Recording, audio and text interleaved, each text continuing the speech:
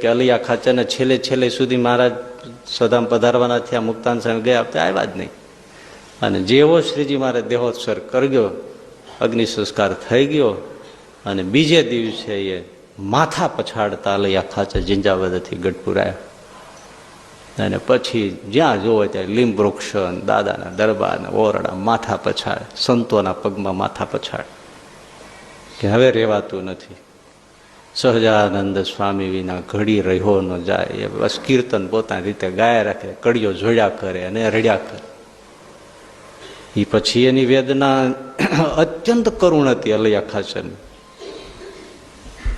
હવે એ બધું પછી એને કેવું યાદ આવે કે મને કેવા જમાડતા, આવો બાપુ આવો, હે આમ આજાન ભુજા ઊંચી કરીને કહેતા આવો બાપુ બેસો, શું જમશો, હે અને અલિયા બાપુનું માન રાખતા, લ્યો બાપુ આ પોશાક પહેરો, બાપુ તમે ક્યાં જઈ આવ્યા, હે એ મીઠા વેણા તે બધું પછી સાંભળે ને એને હવે હવે ક્યાં ખોળવાય એમ. અને ઘણું એને કેવું છે પણ હવે ક્યાં કે એ જે ભાવ છે ને એ ભાવથી તમે આ પદ ગાઓ ને